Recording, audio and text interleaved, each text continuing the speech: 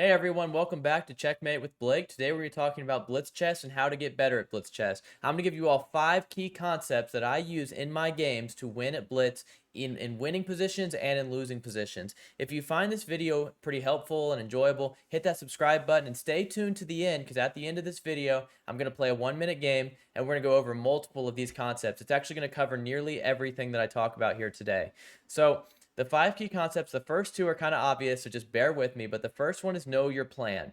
If you're playing, for example, the ready opening, which is obviously my favorite opening, and I talk about it a lot. If you're playing the ready opening, it's very tactical. You need to know the tactical lines. Otherwise, why are you playing the ready opening? Know the tactical line. If you play it like I play it. If you play it another way, I'm not judging you for that. But know your opening, know the common theory, know the common blunders, know the common like goals of it, the common theory, the end games of it, right? So like for example, if you're playing a Rui Lopez, you know that you're playing a very positional game. You need to be familiar with the common positional setups, the pawns. You need to know where the pawns should be. You know where your pieces should be, and you need to know like what are you headed to. If you play into a Berlin endgame, you better know how to play the Berlin endgame. So the first thing is know your plan.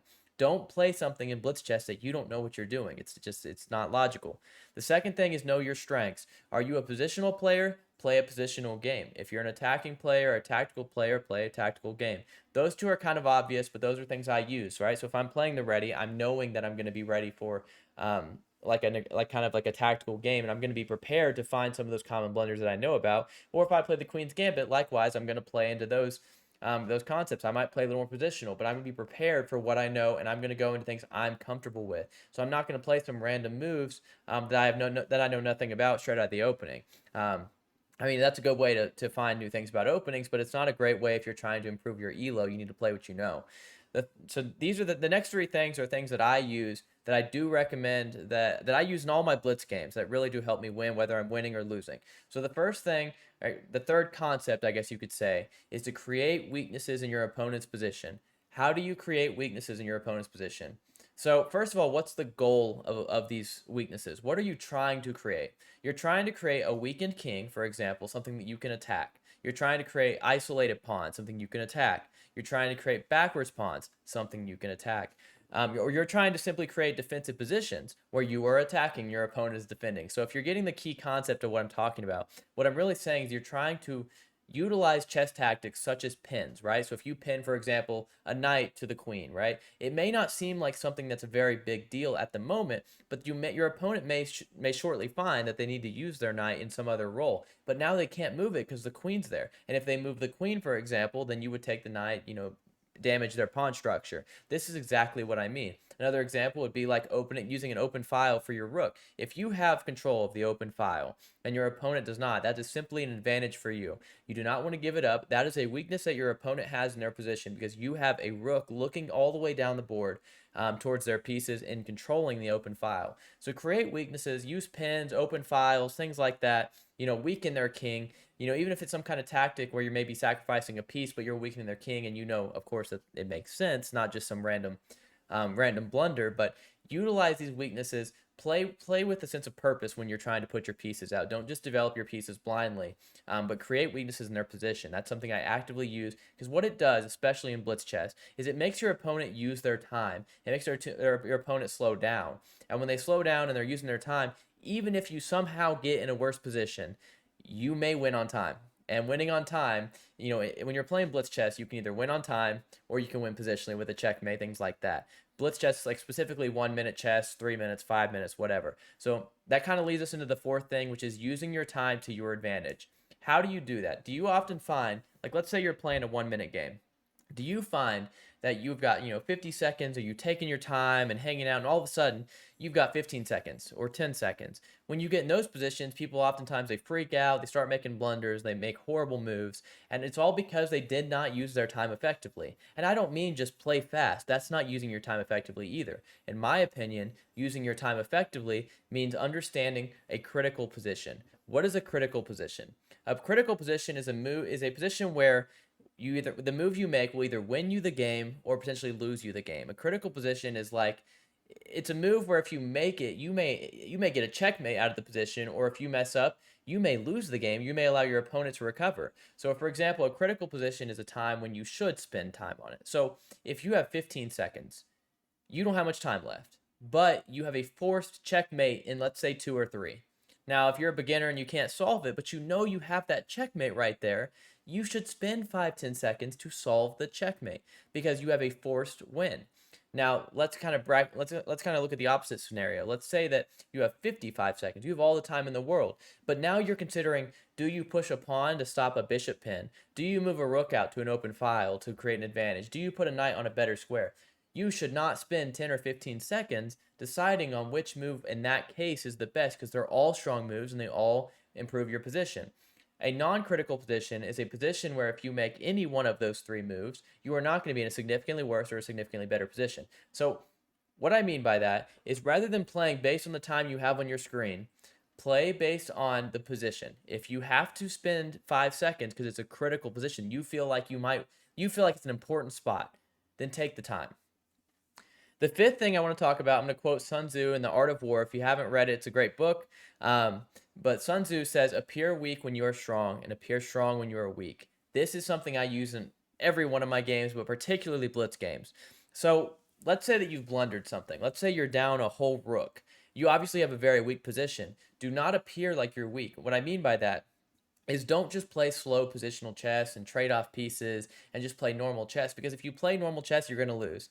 Because if you're playing against someone who knows what they're doing, they're just going to trade your pieces away. And at the end of the day, since you were down a rook, now all of a sudden you have no pieces left and they have a rook. Let's just say in that example. But what they're doing is they're going to just trade the pieces down and they're going to play positional chess against you. If you play slow chess, you're going to lose the game because you're not going to have any fighting chances. However, if you spice it up and instead you're losing, let's say you're down 5 points of material, but if you sacrifice one more pawn, let's just say one more pawn, you're already completely crushed. You're down 5 points of material. But let's just say there's a position where you could sacrifice a pawn in order to get like 3 or 4 attacking chances to really open up the board and allow your pieces to breathe and allow you to have fighting chances. I would do that any day of the week because you're already down 5 points of material. And if you just play slow, you will lose probably 80% of the time or more. But instead, if you create like a strong attacking chances, all of a sudden your opponents can be on the defensive. They're going to slow down. They're going to use their time, and who knows? You might win their queen back. You might get checkmate. You have no clue, but you're going to have a strong position if you focus on putting your pieces where they belong, even if it's at the cost of a pawn, right? Like, let's say everything's perfectly even. Normally, I would not say sacrifice that pawn if everything's perfectly even, because of course there's no need to. But if you are getting crushed, if you're completely losing and you can sacrifice a pawn, for example, to open up the board, obviously you should do it. In the game I'm about to show you, if you watch until the end, there's a point where my opponent makes the wrong move, but it is an exact example of what I'm meaning. So in the game that you're about to see, I was actually going to promote to a queen. You can watch it if you'd like to. It's at the very end of this video. I was going to promote to a queen, and I had it forced where he would either have to give up his rook to not allow me to promote to the queen, or he can move his rook out of the way and allow me to get an extra queen on the board. It seems obvious to say don't allow your opponent to have that extra queen, but by him keeping his rook on the board, it gives him a fighting chance versus him getting rid of his last rook. Then he has no fighting chance, and there's no way he beats me with 3 pawns and a king. So obviously that's an example where you need to spice things up. Keep your pieces on the board. Try to create these tactical chances. Put your pieces in strong areas. It doesn't always mean sacrificing the pawn. That was just an example. What I mean by that is, when you have the obvious move, let's say you have a knight putting it on an open square that's an obvious square. Maybe that obvious square is a strong move, but if it doesn't allow attacking chances and you're already getting crushed, play the more aggressive move. Play the more aggressive move. That doesn't mean blunder the pieces away, but it means play the moves that are aggressive that makes your opponent think.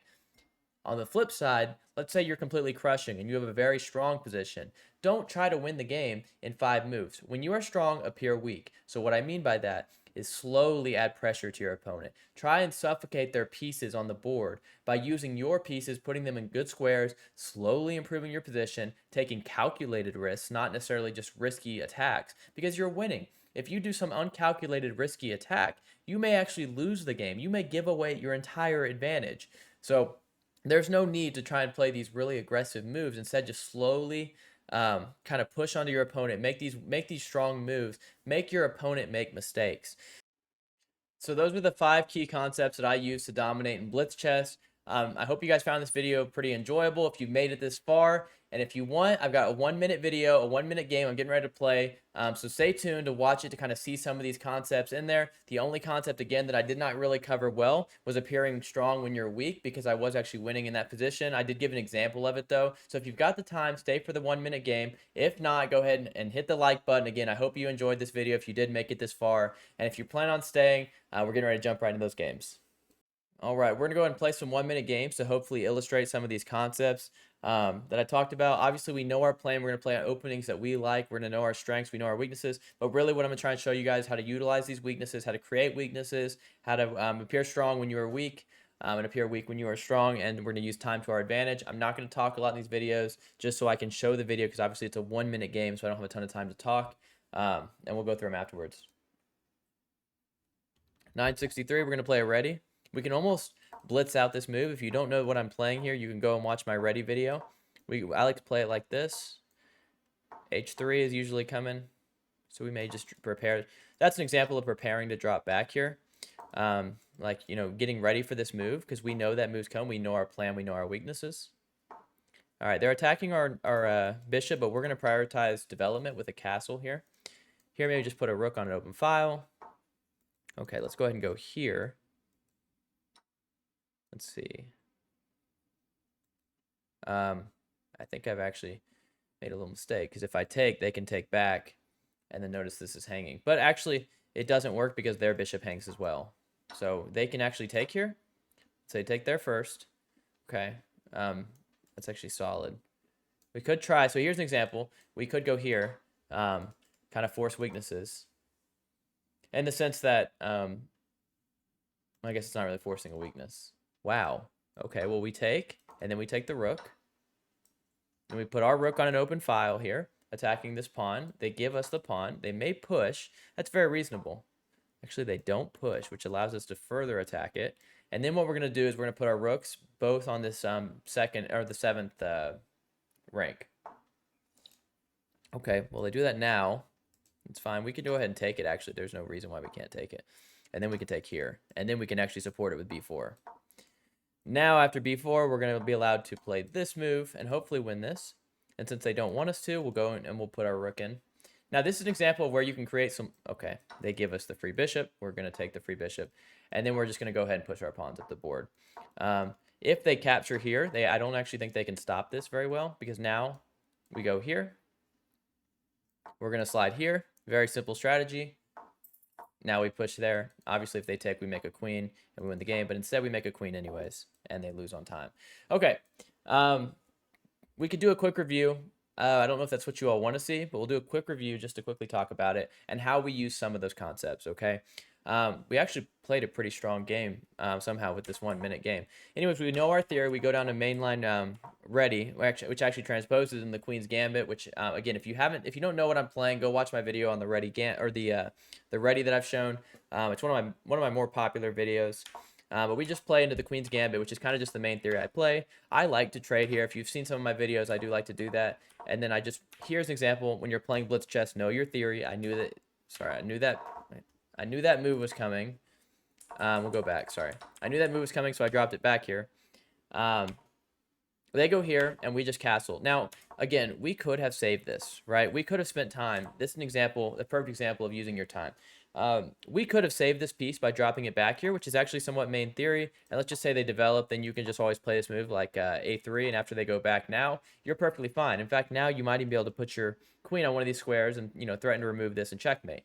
We'll go ahead and talk about this really quick. So, like, for example, let's just say you play this move. This is an example of where this pin might actually be really, really helpful. If you're playing Blitz, someone may blitz out a move like a5 here. Now, though, you can take this, because of the pin you've created, it's a weakness. And now after they take back, you actually have a checkmate here. And it doesn't matter which way they take back from that sense. So, obviously the best move is actually to push the pawn. So that's a perfect example of creating weaknesses and how it can sometimes pay off. But there may be points in the game where we did the same thing, so we'll go through it. We still have that pin there. And they did a good job of creating this this pin here. Now, of course, we could have just moved it, and I don't think we played it perfectly because, of course, after we go down this trade, notice it kind of got a little weird, right? Because, they could have taken they could have taken this bishop, and then I was planning on taking here, but it got a little out of hand because, you know, I made a mistake, I guess you could say, in the opening right there. But this is an example of where, um, you know, you just got to play on here. So we play quick. Notice we're at 27 seconds. We're playing pretty good. We're taking pawns. And now we're obviously winning, right? So we're going to slowly win our advantage. We're going to slowly kind of bring it together. So we go ahead and take here, right? Like, if you really wanted to play aggressive, you might consider a move like here, like rook e1. It's a very logical move because after they capture, let's just say we create some luff, you create some moves, you know, some breathing room for your king.